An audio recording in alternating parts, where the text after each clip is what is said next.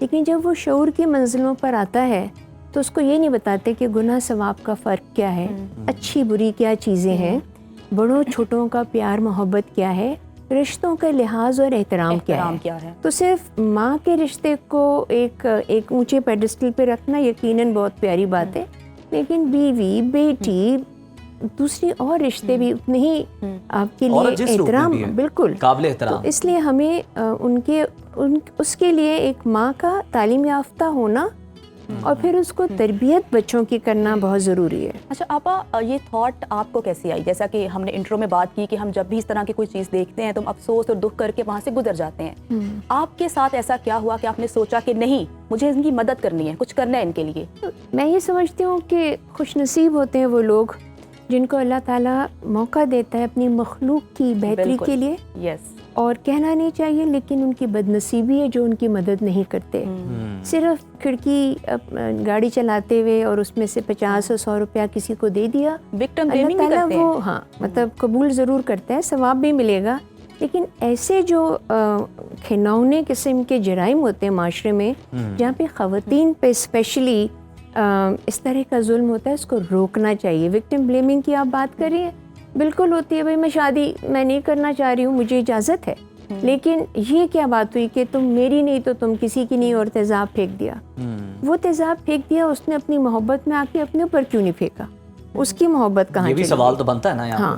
آپا ویسے یہ بتائیے کہ اب تک کتنی اس طرح کی متاثرہ خواتین ہیں جن کا آپ علاج کروا چکی ہیں، اور کیا ٹارگٹ ہے آپ کا، اور ابھی بھی مطلب کتنے لوگ ہیں آپ کے پاس کیوں میں جو ویٹ کر رہے ہیں سرجریز کے لیے؟ تو ہم ہر سال 100 سرجریز کراتے ہیں۔ 100 سرجریز کا ہرگز یہ مطلب نہیں ہے کہ 100 عورتیں جلائی جا رہی ہیں، ٹھیک ہے، پیچھے سے بیک لاگ چلا آتا ہے۔ صحیح۔ جو 2003 میں بچی جس کا علاج شروع کیا تھا، آج بھی اس کا علاج چل رہا ہوگا، لیکن بہت بہتر ہو گئی، لیکن وہ پہلے جیسی خوبصورت پیاری بچی نہیں رہتی ہے۔ تو پھر معاشرے کے رویے ان کے ساتھ اچھے نہیں ہوتے، گھر میں لوگ ان کو کہیں لے کے نہیں جاتے، they are just left to rot like vegetables. شادیوں میں نہیں لے جاتے، منوس ہیں یا ان کا سایہ نہ پڑے، دلہن نہیں۔ ہمیں یہ ساری چیزیں ختم کرنی ہیں، اور یہ بہت پیاری چیز ہوتی ہے کہ وہ بچیاں جو کہ اس حادثے سے گزرنے کے بعد سوسائڈل ہوتی ہیں، وہ دوبارہ نکلیں، زندگی کی طرف آئیں، وہ کچھ مضبوطی پکڑنے کے لیے ان کو کچھ کام آنا چاہیے، کوئی ہنر آنا چاہیے۔ سو اسمائل اگین فاؤنڈیشن کا سیکنڈ جو اسٹیپ ہوتا ہے وہ ان کو کوئی نہ کوئی ہنر دینا ہوتا ہے، چاہے وہ بیوٹیشین بن جائیں، جو لوگ ایکسیپٹ نہیں کرتے، لیکن ہمارے ڈیپلیکس کی کسی بھی برانچ میں جائیں تو ان کو آپ کو نظر آئیں گے۔ ذرا تفصیل سے بتائیے گا ڈیٹیل میں کون کون سے ہنر ان خواتین کو سکھائے جاتے ہیں آپ کی فاؤنڈیشن کی جانب سے؟ ہم ان کو ایک کھلا فیلڈ دیتے ہیں کہ آپ کیا سیکھنا چاہتے ہیں۔ صحیح۔ بیوٹی پارلر دا کورس سکھا دیں وہ تو خیر میں سکھا دیتی ہوں، لیکن جو پڑھنا چاہتی ہیں ان کی پڑھائی کا انتظام کرتے ہیں۔ کراچی میں ہماری بچیاں بائکیا میں کام کرتی ہیں، اور ایک دفعہ میں نے اس بچی سے پوچھا کہ تمہیں کوئی تنگ تو نہیں کرتا راستے میں؟ تو کہتی ہے باجی تنگ کیا کرنا ہے، میں اپنا ہیلمٹ اتارتی ہوں اور میری شکل دیکھ کے بھاگ جاتے ہیں۔ وہ اس کی بہادری ہے، وہ اس کا مذاق تھا، لیکن کتنا بڑا دل تھا اس کا۔ تو وہ ان کو باہمت بنانے میں آپ کا بھی تو بڑا کردار ہے۔ رکشہ دوبارہ سے مسکرانا، کانفیڈنس کے ساتھ جانا، کام کرنا بہت بڑی بات ہے۔ رکشہ چلاتی ہیں، ٹھیلے ہیں ان کے پاس، اور آرٹس اینڈ کرافٹ کی چیزیں کرتی ہیں، آن لائن اپنا کام بھی کرتی ہیں، جوتے بنانے، بیگز بنانا، بہت ساری چیزیں۔ اچھا آپا، ایک اور ڈائلما ہے ہمارے ملک کا کہ قوانین بن جاتے ہیں لیکن ان پر عمل درآمد نہیں ہوتا۔ چونکہ آپ ان کیسز کو ڈیل کر رہی ہیں، کتنی سزائیں ہوئیں جنہوں نے یہ تیزاب گردی کی؟ کیا سزائیں ہوئیں، نہیں ہوئیں، کیا بنا ان کا؟ اس وقت میرے پاس 900 سے اوپر بچے اور بچیاں اور کچھ مرد حضرات بھی ہیں۔ اس میں جیسے سمندر میں ایک بوند کے برابر جو ہوگا، وہ پرپیٹریٹرز کو سزائیں ملتی ہیں، لیکن وہ اس وقت ملتی ہیں جب لڑکیاں پرسو کرتے ہیں ان کے خاندان والے۔ Justice delayed is justice denied. تو وہ ہوتا یہ ہے کہ وہ اگر ہمت کر کے جاتی بھی ہیں تو وہ اتنا لمبا کھنچ جاتا ہے کہ ان کے جو گواہان ہوتے ہیں وہ چلے جاتے ہیں وغیرہ وغیرہ، اور پیسے بھی ان بیچاریوں کے ضائع ہوتے ہیں۔ تو ہم ان کو نیٹ ورکنگ کرتے ہیں، ہم ان کو فری ایسے آرگنائزیشن سے ملوا دیتے ہیں جو ان کو ہیلپ کر سکے۔ لائک وائز میرے خیال میں سب سے مل ملا کے اگر کرنا شروع کریں، سزائیں یقینی ہونی چاہیے اور سخت ہونی چاہیے اور اسپیڈی ہونی چاہیے. بالکل. ہر جلائی ہوئی لڑکی کے چاہے وہ تیزاب سے یا مٹی کے تیل سے ہو، اس کو اسپیڈی ٹرائل کورٹ میں ڈال دیا جائے. سزا ملیں گی تو لوگوں کو خوف و ڈر آئے گا. قوانین کے حوالے سے لوگوں کو بتائیں کہ ڈیٹرنس قائم کرنا بڑا ضروری ہے. بہت ضروری ہے. مطلب پودوں کے لیے ہمارے پاس قانون ہے، جانوروں کے لیے ہمارے پاس قانون ہے، تو خواتین کے لیے بھی موجود ہے. یہ میں نہیں کہہ رہی کہ نہیں ہے، لیکن اس کو سمجھنا اور اس کو لکھنا اس پر کرنا وہ بہت ضروری ہے. اب میں تو یہ سمجھتا ہوں کہ you are the chosen one, یعنی آپ کو قدرت نے منتخب کیا ایسے لوگوں کی مدد کرنے کے لیے. کوئی ایسا واقعہ بتائیں کہ کس طرح سے یہ آغاز ہوا، آپ کے دل میں یہ بات آئی کہ مجھے ان لوگوں کے لیے کچھ کر گزرنا ہے، ان کے لیے مجھے کچھ کرنا ہے اپنی استطاعت سے بڑھ کے. مجھے افسوس ہے کہ میں نے یہ کام 2003 میں شروع کیا، جبکہ پارلر کا کام میں نے اس سے 20 سال پہلے شروع کیا. جی.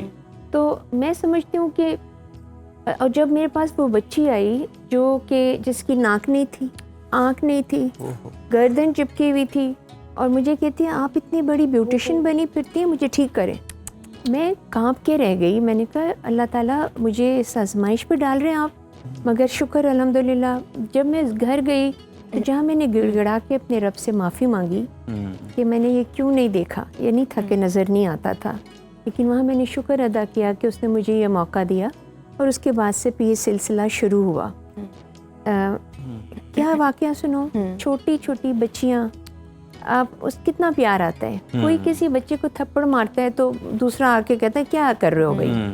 کیا آپ تصور کر سکتے ہیں کہ ایک دادا جو ہے وہ 6-7 سال کی بچی کو جلتے تندور میں ڈال دے کہ یہ چوتھی بیٹی کیوں پیدا ہوئی ہے، یا ایک عورت جو ہے اس کو رول کر کے ہاتھ پاؤں باندھ کے اور مٹی چھڑک کر جو ہے وہ، کیونکہ وہ اس ڈیمانڈز پوری نہیں کر پا رہی تھی، اور وہ بھی ڈیمانڈز جو کہ غلط تھی. تو یہ تمام چیزیں جو ہے نا، یہ مطلب رونگٹے کھڑے کرتے ہیں. اور پھر ایسی صورت کہ جی تم نے مجھ سے شادی نہیں کی، پیاری سی بچی جس کو لوگ مانو کہتے ہوں کیونکہ اس کی آنکھیں نیلی رنگ کی تھیں، تو اس کی آنکھیں دونوں ضائع ہو گئیں. مجھے یہ سمجھ میں نہیں آتا کہ یہ کون سا مرد ہے، یہ کون سی انا ہے، یہ کیسی بربریت اور وحشت ہوتی ہے. تو پاپا یہی کہیں گے کہ یہ جہالت سے بھی جو آگے کا درجہ نا، یہ اس پہ فائز لوگ ہیں جو اس طرح کے کام کرتے ہیں. ان کو اللہ سے ڈرنا چاہیے.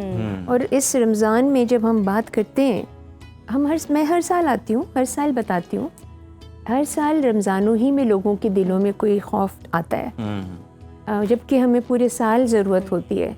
مجھے تو ہمیشہ یہ رہتا ہے کہ ویٹ نہ کرو، کیونکہ جو بھی بچی ہے وہ میری بچی ہے، آپ کی بچی ہے، اس کے ساتھ وہ سلوک نہ کرو. آپ کو قرآن میں کہا ہے کہ اگر آپ ظلم ہوتا ہوا دیکھیں، ہاتھ پکڑ لیں. آپ کے اندر اتنی طاقت ہونی چاہیے. نہیں ہے تو اس کو زبان سے برا کہیں، اور اگر وہ بھی نہیں کر سکتے تو دل میں جو ایمان کا کمزور ترین درجہ ہے. تو میں سمجھتی ہوں گی کہ ہمیں اپنے مذہب کو سمجھنا چاہیے. We should not be، ہمیں پک اینڈ چوز نہیں کرنا چاہیے. دین میں مکمل داخل ہونے کے لیے کہا گیا ہے. اچھا آپا، بہت خوبصورت آپ نے کہا. آپا یہ بتائیے گا کہ اگر ہم فنڈ ریزنگ کی بات کریں یا پاکستانی عوام کی بات کریں، تو جو مخیر حضرات ہیں وہ پیش رہتے ہیں مدد کرنے کے لیے، تو فنڈ ریزنگ کس طرح سے آپ کرتی ہیں، کیا پروسیس ہے وہ؟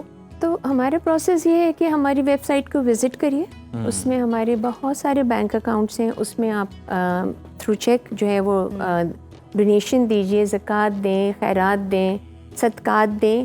اور اگر آپ یہ نہیں کر سکتے تو اگر آپ کے پاس کوئی ہنر ہے تو آ کے ہماری بچیوں کو سکھائیے.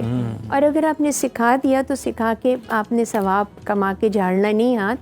ان کے لیے کوئی ایسا موقع دیجیے کہ وہ کام کر سکیں. چہرے سب بچیوں کے لیے بہت امپورٹنٹ ہوتے ہیں. جیسے بھی آپ نے کہا کہ ایک پمپل نکلتا ہے تو پریشانی ہوتی ہے، پریشان ہوتے ہیں.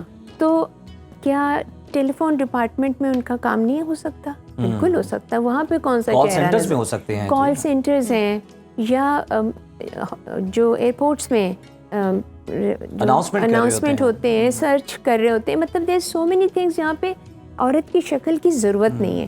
ہاں، ان کو ٹریننگ دینا ہمارا کام ہے، ان کو ٹریننگ دینا اس ادارے کا کام ہے جو کہ دی جا سکتی ہے. ان کے بچوں کی پڑھائی میں اپنا حصہ ڈالیے، ان کو کم از کم وہ بچیاں تو جو کہ جن کی مائیں جو ہیں وہ اتنی جل جاتی ہیں کہ بچے جو ہیں وہ ان کے پاس جاتے ہوئے ڈرتے ہیں، ان بچوں کی پڑھائی اور ان کی اسکالرشپ میں مدد کریں تاکہ وہ اتنی کمزور مانا جب ہم ہوں۔ یہ ڈونیشن کی بات کر رہے ہیں، مدد کی بات کر رہے ہیں، تو جو صاحب ثروت لوگ ہیں وہ زیادہ سے زیادہ دل کھول کر امداد کر سکیں، اس کے لیے ذرا تھوڑا سا انہیں یہ بھی جاننا ضروری ہے کہ یہ علاج کتنا لمبا چلتا ہے، اس پہ کتنا خرچہ آتا ہے، تاکہ انہیں پتہ چل سکے کہ یہ کوئی اس طرح سے نہیں ہے کہ جناب ایک آدھی سرجری ہوگی اور کوئی معمولی سے خرچ کے اندر یہ کام ہو سکتا ہے۔ دیکھیں ہم ظاہر ہے کہ پرائیویٹ ہاسپٹلز میں ان بچیوں کو نہیں لے جا سکتے کیونکہ وہ بہت لمبا خرچہ ہوتا ہے۔ ہم گورنمنٹ ہاسپٹلز میں جاتے ہیں اور وہاں پر بھی خرچے ہوتے ہیں۔ سو ایک بچی کا آن این ایوریج 35-40 سرجریز ہوتی ہیں، تب جا کے وہ بہتر ہوتی ہے۔ پھر ان کا کسی دوسرے شہر سے آنا، ہم پورے پاکستان میں کام کرتے ہیں۔ اگر کوئی بچی خیرپور میں اس کے اوپر تیزاب پڑا ہے یا چیچا وطنی میں پڑا ہے تو اس کو نیئرسٹ میڈیکل فیسلٹی میں لائیں اور یہ بھی دیکھیں کہ کیا وہاں پہ فیسلٹیز موجود ہیں یا اس سے آگے لے کے جائیں، تو اخراجات بڑھتے چلے جاتے ہیں۔ آئی ووڈ سے کہ ایک سرجری کے لیے کوئی 80,000 روپیز کی ضرورت ہوتی ہے۔ تو یہ میں نہیں کہہ رہی کہ آپ ایک لڑکی کا پورا خرچہ لے لیں، آپ ایک لیکن جتنا بھی آپ کر سکتے ہیں آپ ڈونیٹ کریں۔ اسکرین پر اکاؤنٹ نمبر بھی چل رہا ہے، نمبر بھی چل رہا ہے، جو مخیر حضرات ہمیں دیکھ رہے ہیں ڈونیٹ کیجئے، اور آپ ایک بہترین کام کر رہی ہیں تو ان کا ساتھ دیجئے تاکہ جو وہ خواتین جو کہ کانفیڈنٹ نہیں رہی ہیں، جو کہ وکٹم ہیں، ان کا علاج ہو سکے۔ تو بریک کا وقت ہو گیا عزیر، بریک کے بعد سے پہلے میرا خیال ہے افطار پکوان پہ چلا جائے اور دیکھتے ہیں کہ نجف آج انم شیخ کے ساتھ کیا مل کے بنا رہی ہیں۔ بریک کے بعد آپ کو دکھاتا ہے۔ السلام علیکم، سنو رمضان ٹرانسمیشن کی افطار پکوان میں آپ کو خوش آمدید کہتی ہوں۔ میں ہوں نجف راجہ۔ ناظرین، امید کرتی ہوں آپ بالکل ٹھیک ٹھاک ہوں گے، آپ کا روزہ بہترین گزر رہا ہوگا، اور دعا کرتی ہوں یہ رمضان آپ کے لیے، ہمارے لیے اور پورے پاکستان کے لیے خوشیوں سے بھرا ہوا ثابت ہو۔ ناظرین، عموماً تو آپ نے آن لائن کا زمانہ ہے، ظاہری بات ہے، اور گھروں میں ڈفرینٹ طرح کے پارسلز آ رہے ہوتے ہیں اور شاپنگ چل رہی ہوتی ہے، لیکن آج ہم اس وقت سنو کچن میں موجود ہیں اور کوئی ایک ایسا ہی پارسل سکھانے والے جو آپ کے افطار میں اور دسترخوان پہ خوبصورت اور بہترین اور ٹیسٹفل ایڈیشن کرے گا۔ اس کے انگریڈینٹس تو ظاہری بات ہے میں بھی نہیں جانتی ہیں ہماری خوبصورت اور ٹیسٹفل سی شیف جو ہمیشہ ہمارے دسترخوان پہ رونق پیدا کرتی ہیں، مزے کی ریسیپیز ہمارے ساتھ شیئر کرتی ہیں۔ ویلکم کرتے ہیں انم شیف کو۔ السلام علیکم انم۔ وعلیکم السلام۔ رمضان ٹرانسمیشن میں خوش آمدید کہتے ہیں۔ آپ کو بھی بہت بہت خوش آمدید۔ کیسی ہیں آپ؟ بالکل ٹھیک، آپ کیسے؟ آج کون سا آپ ہمارے ساتھ پارسل شیئر کرنے والی ہیں؟ آج دیکھیں، میں نے کہا وہی آپ نے ایک بات بڑی اچھی سی بولی تھی، گھر میں اتنے سارے پارسلز آ رہے ہیں تو کیوں نہ کچن میں بھی ایک پارسل آنا چاہیے۔ کچن میں بھی آنا چاہیے، دسترخوان پہ بھی آنا چاہیے۔ بالکل، دسترخوان میں بھی ایک پارسل آئے گا۔ آج بیسکلی ہم کرنے جا رہے ہیں ڈالڈا کی ریسیپی۔ تو ڈالڈا کی ریسیپی جو ہے، ہمیں ڈالڈا والوں نے اتنی اچھی اور کوئک بننے والی ریسیپی جو بھیجی ہے نا۔ دیکھیں، میں ایک چیز کہتی ہوں کہ ڈالڈا والے بھی نہ بالکل میری طرح ہیں، وہ بھی نہیں چاہتے کہ خواتین جو ہے وہ زیادہ ٹائم جو ہے وہ اپنا کچن میں گزارے۔ تو آج کی جو ریسیپی ہے اس کا نام ہے جی چیز پارسلز۔ تو کرتے ہیں اسٹارٹ کرنے سے پہلے جو ہے میں آپ کو ڈالڈا کی ریسیپی کے انگریڈینٹس بتا دیتی ہوں کہ اس کے انگریڈینٹس کیا ہوں گے۔ اس میں جائے گی میکرونی۔ میکرونی کو ہم بوائل کر لیں گے، ایلبو میکرونی لے، زیادہ بہتر ہوگی۔ جب آپ اس کو آگے اسمبل کریں گے تو وہ آپ کے لیے کنوینئنٹ ہوگی۔ اس کے بعد اس کے اندر جائے گی کاٹیج چیز، ساتھ میں آپ اس کے اندر جو ہے مشرومز بھی ایڈ کر سکتے ہیں یا اولیوز بھی ایڈ کر سکتے ہیں۔ تو میں اس کو اولیوز کے ساتھ جو ہے وہ بناؤں گی۔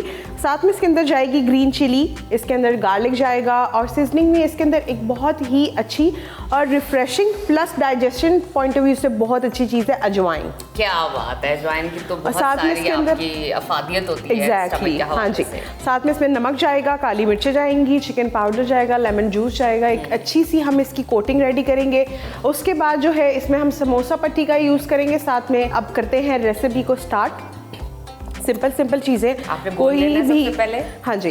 اور یہاں پہ ہم لے لیتے ہیں اپنا جو ہے پین، جس کو ہم نے شیلو فرائی کرنے کے لیے جو ہے میرے لیے پین بالکل پرفیکٹ ہے۔ یہ بیسکلی آپ اس کے اندر مجھے ڈالڈا کا کوکنگ آئل ڈال کے دیں تاکہ وہ تب تک گرم ہو۔ کیوں نہیں، میں انم موجود ہی آپ کی مدد کے لیے ہوں، تو پاؤچ کی طرف جاتی ہوں میں۔ بالکل۔ اچھا جی، مین وائل جب نجف اس کے اندر ڈالڈا کا کوکنگ آئل ایڈ کر رہی ہیں تو میں اس کے اندر ایڈ کروں گی، بالکل پیچھے ہے اور میں آگے ڈھونڈ رہی ہوں، کتنا ڈالوں گی آئل؟ آپ اس کو تقریباً ہاف کر دیں گی، اتنا ہو جائے آئل اس کے اندر کہ شیلو فرائی ہو جائے اور ہمارے جو پارسلز ہے بیسکلی آئل کے اندر ڈپ ہو جائیں۔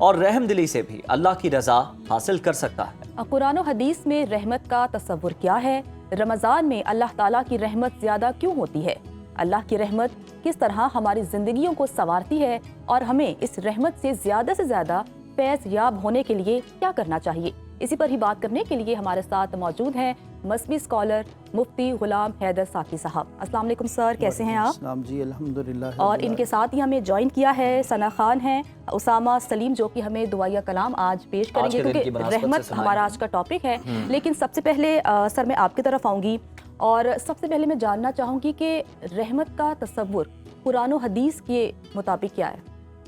بسم اللہ الرحمن الرحیم، ورحمتی وسعت کل شیء، صدق اللہ العظیم۔ اللہ کا کروڑ شکر ہے جس خالق نے مجھے اور آپ کو ماہ رمضان المبارک کی برکتوں، رحمتوں، عنایتوں سے بہرحم دوز ہونے کی توفیق عطا فرمائی۔ قرآن پاک میں اللہ پاک نے ایک رحمت کے مفہوم کو بڑے خوبصورت اور بڑے واضح انداز میں ارشاد فرمایا، اور آیت کا ترجمہ تو ہم کریں گے، یہاں سے اندازہ لگا لیں قرآن مجید کی 114 سورہ مبارکہ میں سوائے سورۃ التوبہ کے ہر سورت سے قبل اللہ نے رحمان اور رحیم کی صفت سے آغاز فرمایا ہے، اور رحمان اور رحیم یہ اللہ کی صفت رحیمی ہے، رحمت کی صفت ہے۔ ماہ رمضان المبارک کی رحمت، کرم اور فضل کی بارشوں کا کیا کہنا؟ آقا دو جہاں صلی اللہ علیہ وسلم اس ماہ مبارک کے لیے دعا فرمایا کرتے تھے، اللہم بلغنا رجب و شعبان و بلغنا رمضان، اللہم بلغنا رمضان، اے اللہ ہمیں رجب کا مہینہ، شعبان کا مہینہ عطا فرمایا، اب تو ہمیں رمضان کے مہینے کی برکتیں عطا فرما۔ جس کام کو نبی پاک صلی اللہ علیہ وسلم امت کی خیرخواہی کے لیے دعائیہ کلمات میں بار بار شب و روز اس انداز میں دعا کرتے ہوں گے، سوچئے ذرا اس رحمت کے کیا کہنے ہوں گے۔ اور آقا دو جہاں صلی اللہ علیہ وسلم نے فرمایا یہ وہ برکت والا مہینہ ہے، اس ماہ مبارک کے ایک سجدہ کرنے پر اللہ 1500 نیکیوں کا ثواب عطا فرماتا ہے۔ اور وہ خطبہ جو حضرت سلمان فارسی رضی اللہ تعالیٰ عنہ کا خطبہ ہے، صحیح احادیث کے ساتھ آقا دو جہاں صلی اللہ علیہ وسلم نے فرمایا یہ مہینہ شہر عظیم، شہر عظیم، عظمت والا مہینہ ہے، برکت والا مہینہ ہے۔ اور پھر آقا نے رحمت اور برکت کی توجہ اس ماہ مبارک کی طرف کرتے ہوئے ارشاد فرمایا یہ وہ برکتوں والا مہینہ ہے، اللہ کی رحمتوں کے انوار و تجلیات کے جو صاحبان امت پر اس طرح سائے فگن ہوتے ہیں کہ اللہ تعالیٰ بقیہ مہینوں میں آپ نفلی عبادت کریں تو نفل کا ہی ثواب ملتا ہے، لیکن ماہ مبارک رمضان میں اگر نفل پر عمل کریں گے تو خدا فرض کے برابر ثواب عطا فرمائے گا، اور اگر ایک فرض یعنی فرض ادا کریں گے تو اللہ 70 فرضوں سے بھی زیادہ ثواب عطا فرمائے گا۔ میں ملک صاحب یہاں پہ یہ کہنا چاہتا ہوں ہمارے سنو ٹی وی کے جو جتنے بھی ناظرین ہیں، ماہ سیام، ماہ رمضان المبارک میں تو سمجھتا ہوں امت کی بخشش کا ایک بہانہ ہے۔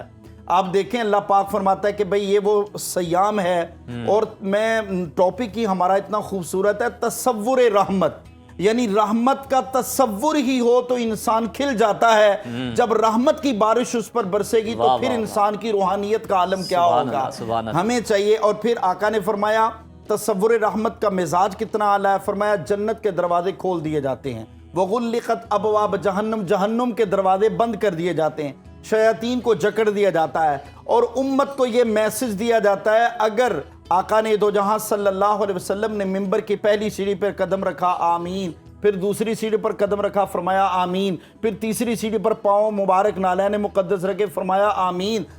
صحابہ کرام نے عرض کی محبوبہ پہلے بھی منبر رسول پہ جلوہ افروز ہوتے تھے، کبھی آپ کا انداز سخن ایسا نہیں تھا آمین آمین آمین کے کلمات آپ نے دہرائے ہوں، آج کیا ماجرا ہے؟ فرمایا پہلا جملہ جو آقا دو جہاں صلی اللہ علیہ وسلم نے فرمایا جس کو ماہ رمضان المبارک کا مہینہ ملے اور وہ رمضان کے روزے رکھ کر ماہ رمضان مبارک میں اللہ کی رحمتوں کو سمیٹنے سے غافل ہو جائے، فرمایا وہ شقاوت زدہ، فرمایا وہ انسان رحمت سے محروم کر دیا گیا ہے۔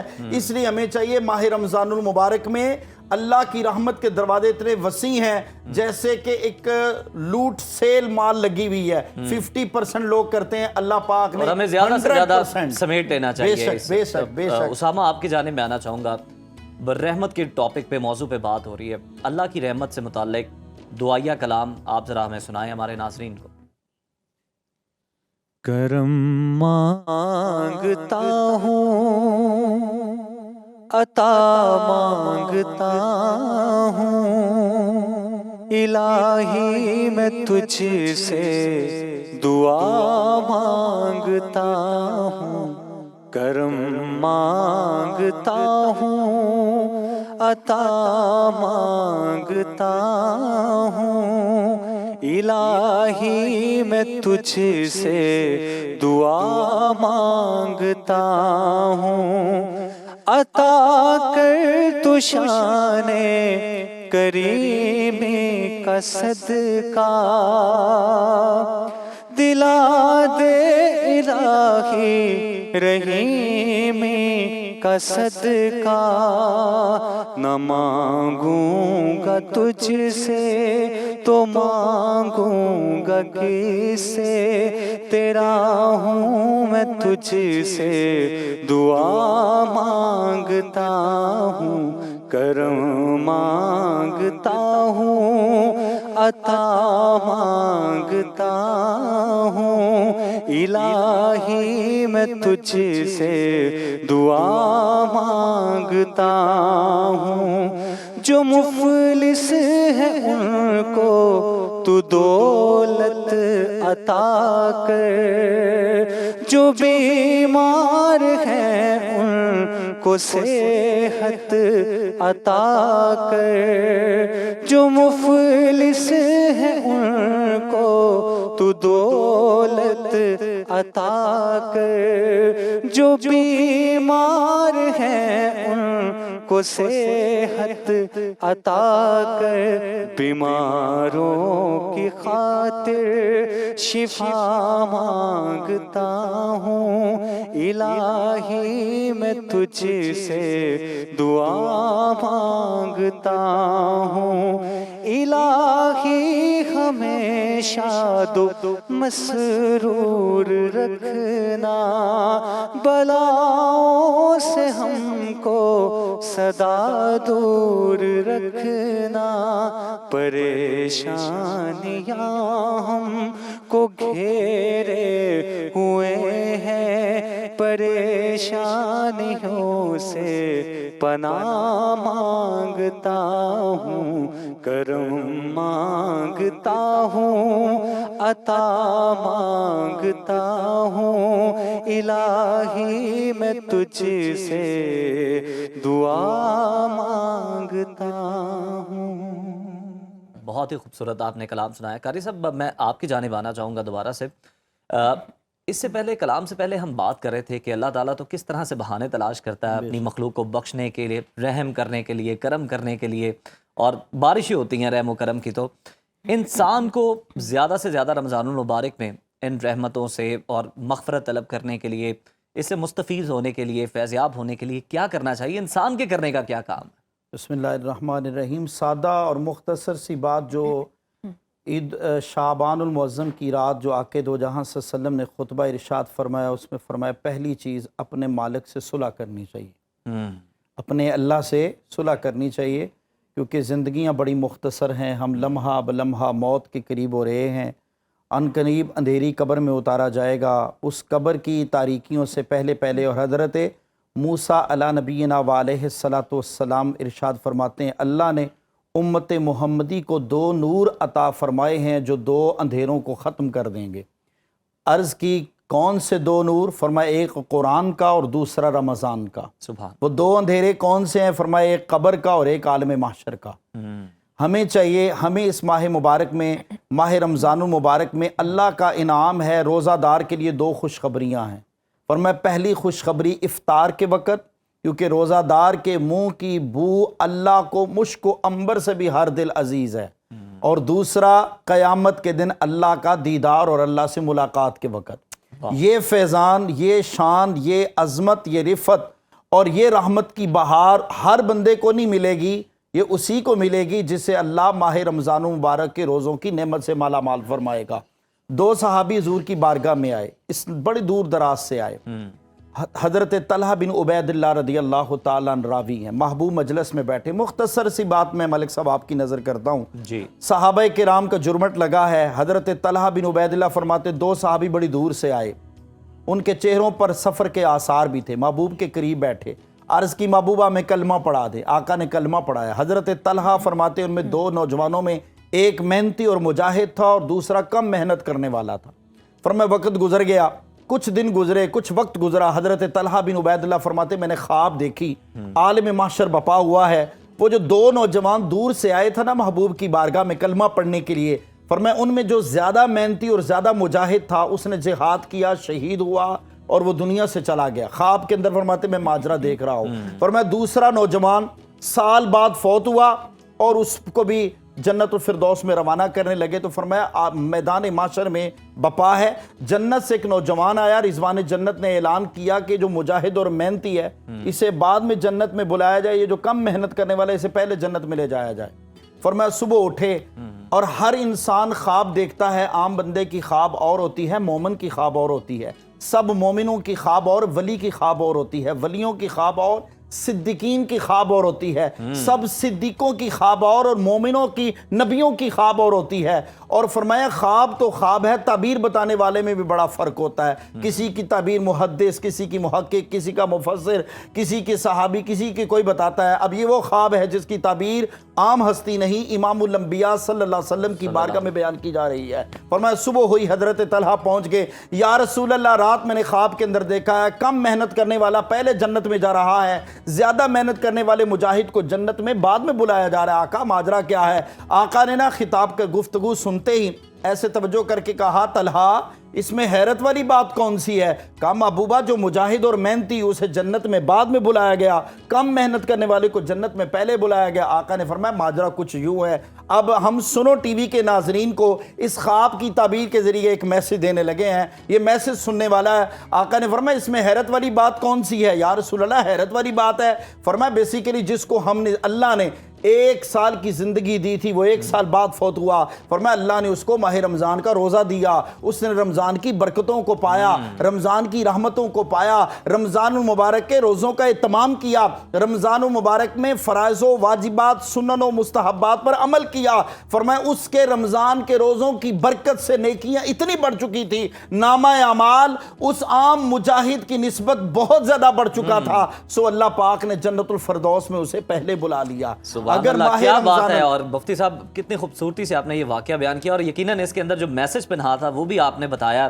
تو بالکل بڑا ایمان افروز واقعہ ہے. ایک تو آپ دونوں مہمانان گرامی کی آمد کا بہت شکریہ. اور بریک پر جانے سے پہلے اسامہ ہم چاہیں گے کہ ایک کلام آپ ہمیں کوئی اور سنا دیں. کھلا ہے سبھی کے لیے باب رحمت،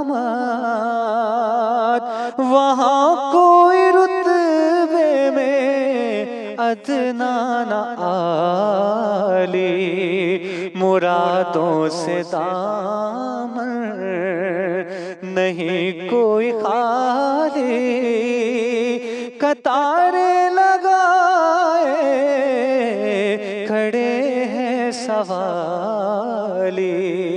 اب شاعر کیا نقشہ کھینچتا ہے کہ میں پہلے جب مدینے گیا تھا تو تھی دل کی حالت تڑپ جانے والی، وہ دربار سچ مچ میرے سامنے تھا، ابھی تک تصور تھا جس کا خیالی، مرادوں سے دامن نہیں کوئی خالی، قطاریں لگائے کھڑے ہیں سوالی، جو ایک ہاتھ سے دل. ناظرین رمضان المبارک ہمیں خود احتسابی اور دوسروں کے حقوق کا خیال رکھنے کا بھی درس دیتا ہے، لیکن ہمیں افسوس کے ساتھ کہنا پڑتا ہے کہ اس بابرکت مہینے میں بھی کھانے پینے کی چیزوں میں غیر معیاری اور ملاوٹ جیسے غیر اسلامی اور غیر انسانی رویے عروج پر ہوتے ہیں. ماہ رمضان میں عام لوگوں کی ضروریات بڑھ جاتی ہیں، مگر کچھ لوگ زیادہ سے زیادہ پیسہ کمانے کی لالچ میں غیر معیاری چیزیں بنانا شروع کر دیتے ہیں. یہاں تک آج کل مصنوعی دودھ بنا دیا جاتا ہے, گھی کے اندر کیمیکل, مرچوں میں اینٹوں کا برادہ اور دیگر کھانے پینے کی اشیاء میں ملاوٹ کر دی جاتی ہے, جو کہ نہ صرف صحت کے لیے نقصان دہ ہے بلکہ یہ دینی, اخلاقی اور قانونی طور پر بھی جرم ہے. ماہ رمضان میں غیر معیاری اشیاء فروخت کر کے نہ صرف دوسروں کے حقوق پامال کیے جاتے ہیں بلکہ اللہ کی ناراضی کو بھی دعوت دی جاتی ہے. غیر معیاری, زائد المیعاد اور ملاوٹ شدہ اشیاء کی فروخت روکنے کے لیے صوبے بھر میں پنجاب فوڈ اتھارٹی کافی سرگرم ہے. مختلف بازاروں اور دکانوں پر چھاپے مارنے کا سلسلہ جاری ہے اور غیر معیاری اشیاء کی فروخت پر جرمانے بھی کیے جا رہے ہیں. اس تمام تر معاملے پر بات کرنے کے لیے ہمارے ساتھ اسٹوڈیو میں موجود ہیں پنجاب فوڈ اتھارٹی کے ڈائریکٹر جنرل عاصم جاوید صاحب. السلام علیکم سر, کیسے ہیں آپ؟ سر سب سے پہلے تو یہ بتائیے گا کہ ہم دیکھ رہے ہیں کہ رمضان سے پہلے ہی بہت سے ایسے منافع خور ہیں جو کہ سرگرم ہو جاتے ہیں, ملاوٹ کرتے ہیں, تو پنجاب فوڈ اتھارٹی ان کے سدباب کے لیے کیا کرتی ہے؟ جی, پنجاب فوڈ اتھارٹی نے رمضان کی تیاری جو ہے تقریباً رمضان سے 10 دن پہلے ہی شروع کر دی. اس میں ہم نے سب سے پہلے علماء اکرام سے میٹنگ کی. ہم نے ان کو ریکویسٹ کیا, تمام مکاتب فکر کے علماء اکرام کو ہم نے بلایا. ہم نے ان کو ریکویسٹ کیا کہ آپ نے رمضان کے اندر اس چیز کا درس دینا ہے کہ قرآن پاک اور احادیث کی روشنی میں ملاوٹ کی کس قدر ممانعت ہے, اور لوگوں کو یہ ترغیب دینی ہے کہ اچھے صاف ستھرے کھانے جو ہے ان کی صحت کے لیے کتنے اچھے ہیں. ہم نے تمام ان کو جو ہے وہ ایک ریسرچ میٹیریل بھی اس کے اوپر پرووائڈ کیا کہ انہوں نے اپنے خطبات کے اندر لوگوں کو کس طریقے سے ایجوکیٹ کرنا ہے. اس کے ساتھ ساتھ پنجاب فوڈ اتھارٹی رمضان میں بیسیکلی بہت سی چیزوں کا سیزن ہوتا ہے. آپ دیکھیں کہ سموساز ہیں, پکوڑاز ہیں, اسی طرح سے بیوریجز ہیں, ان کا استعمال جو ہے وہ بڑھ جاتا ہے. دہی بڑے ہیں, فروٹ چاٹ اور اسپائسیز ہیں, اس طرح کی چیزوں کا استعمال جو ہے وہ بڑھ جاتا ہے. تو ہم نے 10 دن پہلے سے ہی اپنی جو ہے وہ 3 شفٹوں میں اپنی ٹیمز کو ڈیوائڈ کر دیا ہوا تھا, جو کہ رمضان سے سحری کے پوائنٹس کے اوپر, افطاری کے پوائنٹس کے اوپر اور ڈے ٹائمز پہ جو فوڈ پوائنٹس ہیں ان کے اوپر جو ہے وہ انسپیکشنز کر رہی ہوتی ہیں. تمام ہمارے جو سینئر آفیسرز ہیں وہ بھی فیلڈ میں موجود ہوتے ہیں. میں خود بھی جو ہے وہ سحری اور افطاری کے مختلف جو ہے وہ انسپیکشنز کر رہا ہوتا ہوں. ہوتا کیا ہے کہ کیونکہ بلک میں کنزمپشن ہو رہی ہوتی ہے, ڈیمانڈ جو ہے مختلف چیزوں کی جن کا میں نے تذکرہ کیا زیادہ ہوتی ہے, تو وہاں پہ اڈلٹریشن کے چانسز بھی زیادہ ہوتے ہیں. اڈلٹریشن کس طرح سے ہوتی ہے کہ لوگ گلیوں کے اندر, محلوں کے اندر, کسی کو پتہ بھی نہیں ہوگا کہ یہاں پہ رہائش ہے یا کوئی فیکٹری ہے, تو لوگ رہائش ہی سمجھ رہے ہوں گے, لیکن پتہ چلے گا کہ یہاں پر یہ لوگ جو ہے وہ سموسا رول بنا رہے تھے, پٹی رول بنا رہے تھے, یا دہی بڑوں کی جو پھلکیاں ہوتی ہیں, یا اس طرح کی پروڈکٹس جو ہے کہ جو رمضان اسپیسیفک پروڈکٹس ہیں وہ بنا رہے ہوتے ہیں. تو ہم ان کے اوپر جو ہے وہ تقریباً رمضان کے 4 دنوں میں ہم نے تقریباً 6000 کے قریب فوڈ پوائنٹس جو ہیں سحری اور افطاری پہ ان کا جو ہے وہ انسپیکشنز کی ہے, جن میں سے 3 کے اوپر ہم نے FIRs کروائیں, اور ہم نے ان میں سے تقریباً 30 فوڈ پوائنٹس کو بند کیا. اور رمضان اسپیسیفک ہم تقریباً جرمانہ بھی کرتے ہیں. 96 لاکھ روپیز کے جو فائن ہیں وہ رمضان کی ان انسپیکشنز میں ہم اب پچھلے 4 دن کے اندر جو ہے وہ کر چکے ہیں. تو پنجاب فوڈ اتھارٹی کی ٹیمز تمام ڈسٹرکٹس میں متحرک ہیں. تمام سینئر آفیسرز اور سپروائزری آفیسرز ان کو ڈائریکشنز ہیں کہ ادھر سحری اور افطاری وہ بالکل صحیح. عاصم صاحب, آپ نے بڑا اچھے طریقے سے بتایا کہ کس طرح سے ہدایات دی گئی ہیں انہیں کہ آپ نے کس طرح سے کارروائی کرنی ہے, خاص سحری میں بھی, افطاری میں بھی. اور یہ بڑا اچھا انیشیٹو ہے جس کے بارے میں آپ نے بات کی کہ ممبر سے بھی میسج جانا جو ہے وہ بڑا ضروری ہے, جس کے لیے آپ نے کام کیا. سر یہ بتائیے گا کہ ترقی یافتہ اور مہذب ممالک میں ہم دیکھتے ہیں کہ کھانے پینے کی جو غیر معیاری چیزیں ہیں اور وہاں پر ملاوٹ ہے, اس کا کانسیپٹ نہیں پایا جاتا, بلکہ وہ لوگ تو چونک جاتے ہیں ایڈلٹریشن کا لفظ سن کے ہی کہ یہ بھی ہو سکتا ہے, یہ بھی ممکن ہے. ہمارے ہاں اس طرح سے اتنا زیادہ کیوں ہے؟ کیا انہیں فوڈ اتھارٹی سے پہلے کھلی چھوٹ تھی, اس وجہ سے جناب یہ فلرش ہو سکا سب کچھ؟ اس میں 2 چیزیں اہم ہیں. ایک چیز تو یہ ہے کہ شاید ہم نے کچھ عرصہ سے اپنی جو اچھی ویلیوز تھیں ان کو چھوڑتے جا رہے ہیں. دوسری یہ چیز ہے کہ سوسائٹی کو جس طریقے سے مختلف چیزوں میں کنٹریبیوٹ کرنا چاہیے, جس کو ہم کہتے ہیں سوشل کیپٹل. اب سوشل کیپٹل ہوتا ہے کہ سوسائٹی بہت سی چیزوں کو خود جو ہے وہ ریزالو کر رہی ہوتی ہے, گورنمنٹ اتھارٹیز تک جو ہے وہ بات اس طریقے سے آتی نہیں ہے. تیسری اس میں اہم بات یہ ہے کہ کچھ ٹائم سے ہم یہ سمجھتے ہیں کہ جو منافع خوری کا لالچ ہے اس نے لوگوں کو اس طرف جو ہے وہ راغب کیا کہ اور 4th اس میں اہم چیز یہ ہے کہ جو سرٹینٹی آف پنشمنٹ ہے وہ بھی ایک رول پلے کرتی ہے لوگوں کو جو ہے وہ غلط چیزوں سے باز رکھنے میں. اب ہمارے یہاں پہ ایشو کیا ہے, میں تمام معزز عدالتوں سے بڑی معذرت کے ساتھ یہ عرض کرتا ہوں کہ جو بھی ملاوٹ کر کے آتا ہے اگلے دن اس کو بیل مل جاتی ہے.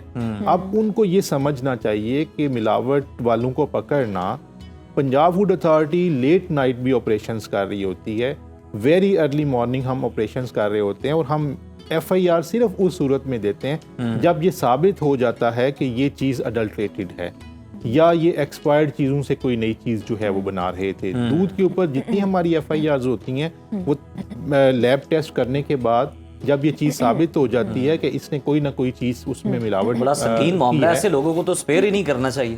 اچھا سر یہ بتائیے, ہم سیوک سینس کی بات کرتے ہیں, اگر آپ کے آس پاس آپ اس طرح کی کوئی ایکٹیویٹی دیکھ رہے ہیں کہ غیر معیاری اشیاء فروخت کی جا رہی ہیں, تو شہری آپ سے کس طرح سے رابطہ کر سکتے ہیں؟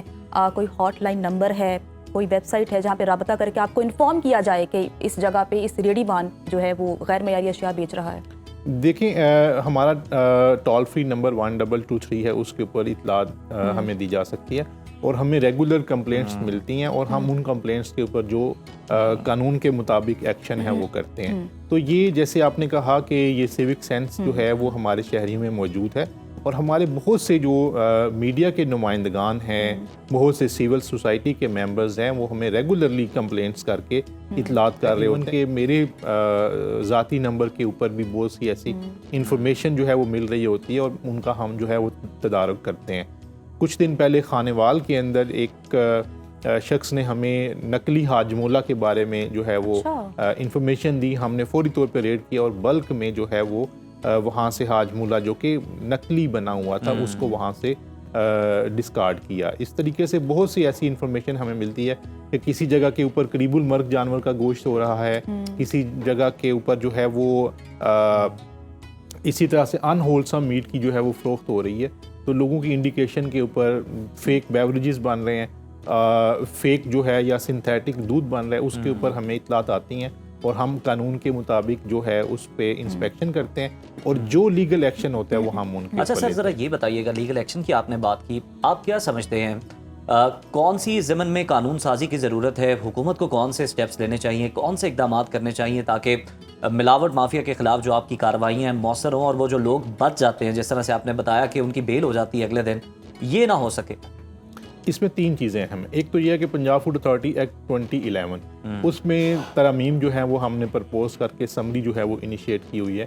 اس میں ہم ملاوٹ کو نان بیلیبل اوفینس قرار دے رہے ہیں, اور اس میں بیل نہیں ہوگی, اور اس میں جو سزاؤں کی میعاد ہے اس کو بھی زیادہ کر رہے ہیں. ایک چیز. دوسری اس کے اندر جو اہم چیز ہے وہ یہ ہے کہ پنجاب فوڈ اتھارٹی کی جو کیپیسٹی ہے, جن ریسورسز کے ساتھ ہم کام کریں, میں یہ تذکرہ کرنا مناسب سمجھتا ہوں کہ 2023 میں بھی ہمارے سیم ریسورسز تھے, اور 24 میں بھی سیم ریسورسز تھے, لیکن ہم نے اپنی انسپیکشنز میں تقریباً 80% اضافہ کیا, فائنز میں ہم نے 96% اضافہ کیا, ایف آئی آرز میں ہم نے 70% اضافہ کیا. جو ملک میں ہماری انسپیکشنز تھیں ان کو 3 ٹائمز ہم نے انکریز کیا. گوشت کی ہماری انسپیکشنز جو تھیں ان کو ہم نے 5 ٹائمز انکریز کیا. لیکن پھر بھی ریسورسز کا کنسٹرینٹ موجود ہے. ریزن بینگ کہ یہ 130 ملین پاپولیشن کا اتنا بڑا پروونس ہے, اور 150 فوڈ سیفٹی کی ٹیمز پورے پنجاب میں کام کر رہی ہیں. ایٹ لیسٹ ہمارے پاس جو ہے وہ 40 to 50 مزید فیلڈ کے اندر ٹیمز ہونی چاہیے فوڈ سیفٹی کی, تاکہ ہم ریسورسز کو اچھے طریقے سے ڈپلوائے کر سکیں. ہمارے چیلنجز, پنجاب فوڈ اتھارٹی تو ماشاءاللہ بہت اچھا کام کر رہی ہے, لیکن عوام کو بھی شعور آنا چاہیے تاکہ ان کو بھی اندازہ ہو کہ انہوں نے کہاں سے کھانا ہے, کہاں سے نہیں کھانا, جس سے چیزیں مزید بہتر ہو سکتی ہیں. سر بہت شکریہ, اور آپ اس طرح سے کام کرتے رہیں تاکہ جو لوگوں کی صحت ہے وہ برقرار رہے. اور ہم نے جو اس پلیٹ فارم سے مطلب آپ نے بھی بات کی, ہم نے بھی آواز اٹھائی کہ حکومت کو بھی چاہیے کہ اس پر نظر ثانی کرے, اور قانون سازی کی جہاں ضرورت ہے تو جناب وہ بھی ہونی چاہیے, کیونکہ یہ جو ملاوٹ مافیا ہے یہ لوگوں کی کے ساتھ ساتھ عملداری بھی ہونی زندگیوں چاہیے. سے کھیل رہا ہے. ہاں عملداری, تو پھر ان کی کیپیسٹی بڑھے گی تو آبویسلی زیادہ ٹیمز بھی جو ہیں وہ متحرک ہوں گی. تو سر آپ بڑا زبردست کام تو کر ہی رہے ہیں, ڈیوٹی تو اپنی کر ہی رہے ہیں, لیکن عوام کا بڑا بھلا کر رہے ہیں. تو ہماری دعا بھی ہے کہ آپ جو ہے نا مزید اس طرح کی جو کارروائیاں یہ کرتے رہیں, تاکہ جو ہماری عوام ہے اور جو ہمارا معاشرہ ہے وہ صحت مند بن سکے, انہیں خالص خوراک مل سکے جس کی انہیں بہت ضرورت ہے. بالکل ایسا ہی ہے. واپس آئیں گے ایک بریک کے بعد, ہمارے ساتھ رہیے. پروگرام میں شامل کرتے ہیں انتہائی اہم سیگمنٹ اسلامی تہذیب و تاریخ۔ ناظرین، آج ہم یمن کی بات کرنے جا رہے ہیں، جس کو دنیائے عرب کی طلسماتی سرزمین بھی کہا جاتا ہے۔ تاریخ اسلام میں یمن کی کیا اہمیت ہے؟ یمن میں اسلامی دور کا آغاز کب ہوا؟ اسی پر ہمارے ساتھ بات کرنے کے لیے موجود ہیں ریسرچ اسکالر فہد علی قاسمی صاحب۔ فہد صاحب، بہت شکریہ وقت دینے کے لیے۔ فہد صاحب، بتائیے گا کہ تاریخ اسلام میں یمن کی کیا اہمیت ہے اور یمن میں اسلامی دور کا آغاز کب ہوا تھا؟ زہر اینڈ جنت، آج یمن کے اوپر ہم کانورزیشن کریں گے، اور ہمیشہ کی طرح شیخ اجبیر کا یہ قول میرے پیش نظر رہتا ہے۔ شیخ اجبیر نے فرمایا تھا، سننے والے کا مقام بولنے والے سے بڑھ کر ہے، کیونکہ جو سنتا ہے وہ رب تعالیٰ کی رضا کے لیے سنتا ہے، جو بولتا ہے کبھی رب کی رضا کے لیے بولتا ہے، بہت دفعہ اپنی ذات ہی کو راضی کر رہا ہوتا ہے۔ اس عزم کے ساتھ کہ میرا بولنا اور ہم سب کا سننا پروردگار آپ کی رضا کے لیے ہو، آج ہم ایک انٹرسٹنگ ٹاپک کے اوپر کانورزیشن کر رہے ہیں، یمن۔ اور یمن کے حوالے سے ویور جب ہم بات کرتے ہیں تو خاص طور پہ سب سے پہلے ہمیں سیدنا سلیمان علیہ السلام یاد آتے ہیں، اور سلیمان علیہ السلام کا وہ مشہور واقعہ ملکہ سبا۔ تو وہ ملکہ سبا، وہ تخت بلقیس جس کی بات، وہ سارا نیریٹو ہمارے سامنے ہے، تو وہ جو تخت بلقیس کا وہ جو لینا چاہ رہے تھے اور منگوانا چاہ رہے تھے، وہ سبا قوم یمن کی قوم تھی، یمن کی ایک ریس تھی، اور جناب سلیمان علیہ السلام کا وزیر آصف بن برقیہ وہ تخت جو ہے وہ لے کے آئے تھے۔ تو پہلا کنیکشن، پہلا ایک ریلیشن شپ ہمارا اسلامک نیریٹو میں حضرت سلیمان اور وہ تخت بلقیس کا بنتا ہے، اور وہ یمن خاص طور پہ ہمیں ذہن میں آتا ہے۔ یمن ویورز، اگر ہم عرب قوم کی بات کریں تو یمن کے لوگ اپنے آپ کو عرب کے قدیم ترین قوموں میں سے سمجھتے ہیں، یعنی وہ اپنے آپ کو نیٹو عرب سمجھتے ہیں۔ اور عربوں کی جب ہم بات کرتے ہیں تو 3 طرح کے عرب تھے، عرب بائدہ، عرب عاربہ اور عرب معتربہ۔ تو عرب بائدہ تو وہ قومیں تھیں جو عاد و سمود، جو عذاب کا شکار ہوئیں اور جو اس دنیا میں اس وقت موجود نہیں ہیں۔ ان کے بعد عرب عاربہ وہ قدیم ترین عرب تھے جن کا تعلق یمن سے تھا، اور یمن کے جو قبائل ہیں، کہتانی عرب انہیں کہا جاتا ہے، کہتان ایک کلان تھا، تو کہتان کی اولادوں میں سے یمن کے لوگ تھے۔ تو یمن کے لوگ آج تک اس بات پہ بہت ناز کرتے ہیں کہ وہ عرب دنیا کے قدیم ترین باشندے ہیں، اور وہ یہ بھی کہتے ہیں کہ اصل میں جناب اسماعیل علیہ السلام کی جو اولاد ہے، ہم ان سے بھی پہلے کے عرب ہیں۔ تو ایک عربوں کے اندر ایک فخر پایا جاتا ہے، اور عرب خاص طور پہ یمن کے عرب اپنی ڈسینٹ کے اوپر خاصا ناز کرتے ہیں۔ ہم یمن کی جب بات کرتے ہیں، ایک اور درجے پر اس کانورزیشن کو اگر ہم لے کے جائیں تو سرکار دو عالم صلی اللہ علیہ وآلہ وسلم کی آمد سے قبل، آقا کی ولادت سے محض 50 دن پہلے، یمن کا ایک گورنر تھا جس کو ابراہا کہا جاتا ہے، اور اس دور میں آپ کے علم میں ہے کہ یہ یمن اور یہ دیگر ممالک جو ہیں، آئیدر یہ پرشین امپائر کا پارٹ ہوتے تھے یا رومن امپائر کا پارٹ ہوتے تھے، اور ان کے جو لوکل رولرز ہوتے تھے وہ خراج دیتے تھے بڑی امپائر کو۔ تو یمن والوں کا تعلق خاص طور پہ فارس والوں کے ساتھ، ایران والوں کے ساتھ تھا، اور یہ ایک ویسل رولر تھا، وہاں کا گورنر تھا، اور ابراہا یہ چاہتا تھا کہ مکہ کے اندر، بیت اللہ کے اندر جو لوگ زیارت کرتے ہیں، حج کرتے ہیں، تو یمن کی طرف لوگ آئیں۔ تو اس نے اپنی ایک عمارت بھی تعمیر کی، لیکن لوگ جو ہیں مکہ کی بجائے یمن کی طرف عازم سفر نہ ہوئے، اور اس کے دل میں وہ خلش پیدا ہوئی کہ میں اگر مکہ کا نعوذ باللہ یہ جو بیت اللہ ہے، یہ جو اللہ کا گھر ہے، اگر اس کو میں تباہ کر دوں، اس کو ختم کر دوں، تو شاید یمن کی طرف جو زیارت گاہ میں نے بنائی ہے، لوگ شاید اس طرف زیارت کریں۔ تو تواریخ کے اندر اس واقعے کو اور اس ایئر کو عام الفیل کہا جاتا ہے، ایئر آف دی ایلیفنٹس، کیونکہ یہ ہاتھیوں والی فوج لے کر مکہ کے اوپر چڑھ دوڑا۔ اور جیسا کہ قرآن میں اس واقعے کا تذکرہ ہے، سورہ فیل اس واقعے پر دلالت کرتی ہے، اور ہماری تواریخ اور سیرت کی کتب کے اندر بھی درج ہے کہ سرکار دو عالم کے دادا سیدنا عبد المطلب وہاں پر موجود ہیں مکہ کے اندر، اور جب یہ فوج وہاں پر حملہ آور ہوئی ہے تو انہوں نے اس کے ساتھ نیگوشیٹ کیا، اور ان کے وہ تاریخی فکرے تھے کہ میں اپنے مال اور اپنے علاقے کے لوگوں کا مال جو ہے اس میں خاص طور پہ انٹرسٹڈ ہوں کہ تم واپس کر دو، یہ اللہ کا گھر ہے، اور یہ اللہ رب العزت خود اس گھر کی حفاظت فرمائیں گے۔ اور پھر تاریخ نے دیکھا، آسمان کی نظر نے دیکھا کہ آسمان سے ابابیل نمودار ہوئے، اور ابابیلوں کی چونچوں کے اندر، ان کے پنجوں کے اندر چھوٹے چھوٹے کنکر تھے، اور وہ کنکر جو ہیں وہ ہاتھیوں والے لشکر کے اوپر جب نازل ہوئے اور وہ پورا لشکر جو ہے وہ اپروٹ ہو گیا اور وہ نیست و نابود ہو گیا ان دا ویری لٹرل سینس۔ تو یہ یمن کے ساتھ مسلمانوں کا ایک دوسرا کنیکشن ہے، اور بہت سے محدثین اور مورخین اس کو سرکار دو عالم کی آمد کے حوالے سے ایک معجزہ ہی سمجھتے ہیں کہ سرکار دو عالم کی آمد سے فقط 50 دن پہلے ایک ناپاک ارادے سے آنے والی فوج جس کا تعلق یمن سے تھا، وہ جب یہاں پہ نازل ہوئی تو اس کو اللہ تعالیٰ نے ختم کر دیا۔ تو یہ آقا علیہ الصلوۃ والسلام کی آمد کا معجزہ تھا۔ ہم اگر تاریخ میں آگے جائیں تو یہ واقعہ ہے 9 ہجری کا، 10 ہجری کا۔ سرکار دو عالم صلی اللہ علیہ وآلہ وسلم نے فتح مکہ کے بعد جب مہموں میں صحابہ کو روانہ کیا، اور آقا علیہ الصلوۃ والسلام احزاب کے موقع پر آلریڈی پریڈکٹ کر چکے تھے کہ یمن پر الحمدللہ مسلمان جو ہیں قبضہ کریں گے اور یمن جو ہے وہ مسلم امپائر کا پارٹ بنے گا، تو سرکار دو عالم صلی اللہ علیہ وآلہ وسلم نے حضرت خالد ابن ولید کی لیڈرشپ میں مسلمانوں کی ایک جماعت کو یمن بھیجا۔ 6 ماہ تک خالد ابن ولید یمن میں رہے، تبلیغ کرتے رہے، لیکن یمن اس طرح سے یمن میں تبدیلی نہیں آئی، اور یمن اس طرح سے اسلام کی طرف ریورٹ یا اسلام کی طرف پیش قدمی نہیں کر سکا۔ سرکار دو عالم صلی اللہ علیہ وآلہ وسلم نے اس وقت ایک فیصلہ فرمایا۔ آپ نے سیدنا علی ابن ابی طالب کو طلب کیا اور حضرت علی المرتضیٰ کو حکم دیا کہ آپ یمن جائیں اور یمن جا کر اسلام کی تبلیغ کریں۔ حضرت علی المرتضیٰ نے فرمایا کہ یا رسول اللہ صلی اللہ علیہ وآلہ وسلم، میں ینگ ہوں، میں کم عمر ہوں، میں نوجوان ہوں، تو آپ مجھے یمن میں بھیج رہے ہیں جہاں پہ بڑی عمر کے لوگ موجود ہیں، تو میں وہاں پر کیسے فیصلہ کروں گا، کیسے گفتگو کروں گا؟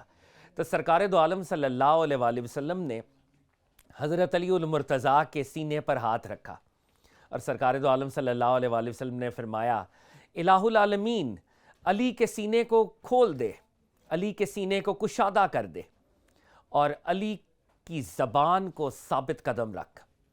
تو یہ وہ سرکار دو عالم کی دعا تھی جو حضرت علی المرتضیٰ کو حاصل ہوئی۔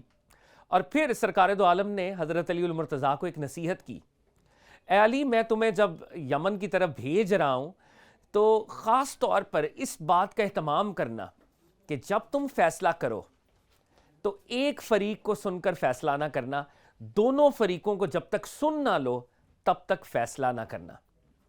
سرکار دو عالم کی دعا اور سرکار دو عالم کی نصیحت حضرت علی المرتضیٰ نے پلے باندھ لی۔ مولا مرتضیٰ فرمایا کرتے تھے کہ جب میں یمن جا رہا تھا، سرکار دو عالم کی یہ نصیحت اور سرکار دو عالم کی اس دعا نے جو سینے پر ہاتھ رکھ کر دستے سرکار دو عالم کی وجہ سے جو برکت مجھے نصیب ہوئی، مجھے فیصلہ کرنے میں کبھی مشکل نہیں ہوئی۔ حضرت علی المرتضیٰ سرکار دو عالم کے حکم پر یمن تشریف لے کے گئے۔ یہ صبح کا وقت تھا، تہجد اور فجر کے درمیان کا وقت تھا۔ ہمارے اسکالرز نے اس واقعے کو ریکارڈ کیا۔ حضرت علی المرتضیٰ نے فجر ادا کی، صحابہ کی جماعت وہاں پر آلریڈی موجود تھی، اور کہتے ہیں کہ حضرت علی المرتضیٰ نے فجر کے بعد سرکار دو عالم صلی اللہ علیہ وآلہ وسلم کا ایک خط جو ان کے ہاتھ میں تھا، انہوں نے اس کو لاؤڈلی ریسائٹ کیا، اونچی آواز میں پڑھنا شروع کیا۔ سرکار دو عالم کا خط، علی المرتضیٰ کی زبان، سرکار دو عالم کی دعا علی المرتضیٰ کو حاصل تھی۔ کہتے ہیں کہ جیسی خط پڑھا گیا، وہ لوگ جو 6 ماہ سے اسلام کا پیغام سن رہے تھے لیکن اسلام کو ایبزارب نہیں کر پا رہے تھے، خط کی عبارت سنتے ہی ہلکا بگوش اسلام ہوئے۔ یوں یمن سارے کا سارا، اور یہ یمن کا قبیلہ تھا ہمدان، جو سارے کا سارا مسلمان ہوا، اور پھر کرتے کرتے یمن کے شہر با شہر، قصبہ بقصبہ ہلکا بگوش اسلام ہوئے۔ اور سرکار دو عالم صلی اللہ علیہ وآلہ وسلم کی ٹورڈ ظاہری زندگی کی اگر ہم کلمینیشن کی بات کریں تو یمن میں ایک بدبخت ایسا بھی آیا جس نے دعوی نبوت کیا، اسود انسی اس کا نام تھا، اور پھر کسی صحابی نے اسے واصل جہنم کیا، اور سرکار دو عالم صلی اللہ علیہ وآلہ وسلم کے وصال سے فقط 1 دن پہلے جبریل امین وحی لے کر آئے، اور انہوں نے سرکار دو عالم کو اطلاع دی کہ وہ جھوٹا دعوے دار نبوت، اس کا کام تمام ہو چکا ہے، اور سرکار دو عالم نے وہ خبر صحابہ تک پہنچائی۔ سرکار کا وصال ہوا، اور اس کے بعد یمن سے وہ خبر باضابطہ طور پر بھی صحابہ تک پہنچی۔ یمن ایک قدیم علاقہ ہے، یمن ایک تاریخی علاقہ ہے، یمن کی بہت سی باتیں ہم اور بھی آنے والے دنوں میں کر سکتے ہیں، ایک دو باتیں ہم آپ سے شیئر کریں گے کہ حضرت اویس کرنی کا یمن کے ساتھ کیا تعلق ہے، موقع کافی کے بارے میں بڑی بات ہوتی ہے، یہ کافی بھی اصل میں یمن کی ہے، آنے والے دنوں میں کچھ لائٹر پہلو بھی یمن کے دیکھیں گے، مگر آج ہماری کانورزیشن کو ہم یہاں پہ سم اپ کرتے ہیں۔ میں بہت شکر گزار ہوں زہر اور جنت کا، اور انشاءاللہ اللہ سے دعا کرتے ہیں کہ اللہ تعالی ہم سب کو سیدھی راہ پہ رکھے اور صحابہ کرام کے سرکار دو عالم کے نقش قدم پر چلنے کا شرف عنایت فرمائے۔ فہد کاظمی صاحب ہمارے ساتھ موجود، وقت ہمارے پاس بہت کم ہے عزیر، اگر ہم یمن کی بات کریں تو یمن کے بارے میں بہت کچھ ڈسکس ہونا ابھی باقی ہے، بہت سے واقعات منسوب بالکل ہیں ایسا ہے جو کہ ہم کل کریں گے، اور کل فہد کاظمی ہمارے ساتھ ہی ہوں گے۔ آج کے پروگرام سے اتنا ہی، کل پھر ملاقات ہوگی آپ سے، خدا حافظ۔ اللہ حافظ۔